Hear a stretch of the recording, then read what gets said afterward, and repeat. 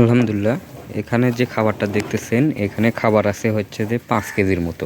এটা হচ্ছে মাপা। আসলে এই ড্রামটা হচ্ছে যে 30 কেজি 30 লিটারের হচ্ছে যে তেলের ড্রাম।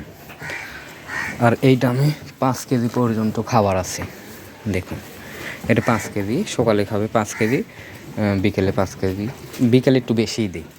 আর এই খাবারটা খাবে কোন গরু সেটা আপনাদেরকে আমি দেখাচ্ছি।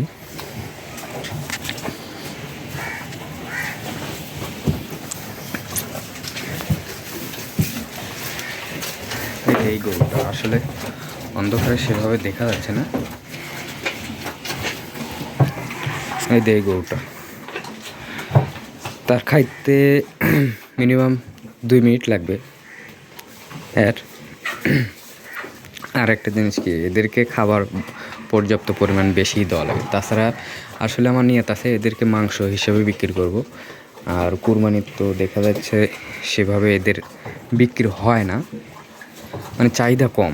এই জন্য আমরা মাংস করে একে বিক্রি করি।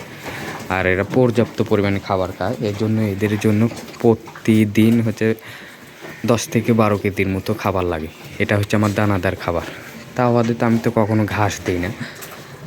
আমি ব্যক্তিগতভাবে আমার গরুগুলো আমি ঘাস দেই না। আসলে ঘাসটা হচ্ছে যে গাই গরু, মানে গাভীর জন্য। এই জন্য আমরা সারের জন্য ওরকম ঘাস দিই না। ঘাস দেই কিন্তু পরিমাণ কম। ধরুন এখন দেবো না, লাস্টের দিক দেখা যাচ্ছে একটা গরু 3 কেজি করে ঘাস খাবে, তার বেশি আর ঘাস খাইতে পারবে না। আসলে ঘাস খেলে পাতলা পায়খানার একটা সমস্যা হতে পারে। আর তা বাদে ফ্যাট কেটে যায়, মানে চর্বিগুলো আছে ঘাসে কিন্তু চর্বি কাটে। এই জন্য আমরা ঘাস টাস খাওয়াই না। আর সর্বোচ্চ আমরা দানাদার খাবারটাই খাওয়াই। অনেকজন অনেক প্রসেসে গরু তুলে, কিন্তু আমাদের প্রসেসটা একটু ভিন্ন।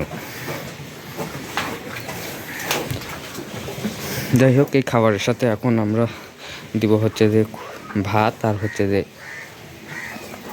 সরিষার খোল, যেটা আমরা সরিষারটা দেই আর স্কোয়ারেরটা ব্যবহার করি। অন্যগুলো যেসব আছে ওইসব খায় না, এই জন্য স্কোয়ারেরটাই আমরা দেই। এটার গন্ধ কম। আর আপনারা যদি পারেন তাহলে দেখা যাচ্ছে কোনো বাড়ির পাশে যদি কোনো মিল থাকে ধান ভাঙানোর, সে মিলের থেকে আপনারা ক্রয় করবেন, সেটা একদম খাঁটি হবে। এটা এই দুটো দিলেই দেখা যাচ্ছে যে, আর আমার সামান্য কিছু প্রসেসের এই সাদা খাবার আছে, এটা দেই দিলে মোটামুটি গরুর আমার কোনো হজম শক্তির কোনো ওদের সমস্যা হয়। এদের জাম পাউডার দেখতেছেন, জাম পাউডার এসব দিই। এখনও দেওয়া হচ্ছে, মানে ওদের হচ্ছে একটা গরুর হচ্ছে পায়খানাটা একটু নরম হচ্ছে, এই জন্য তাদের জন্য আমি এটা দিচ্ছি।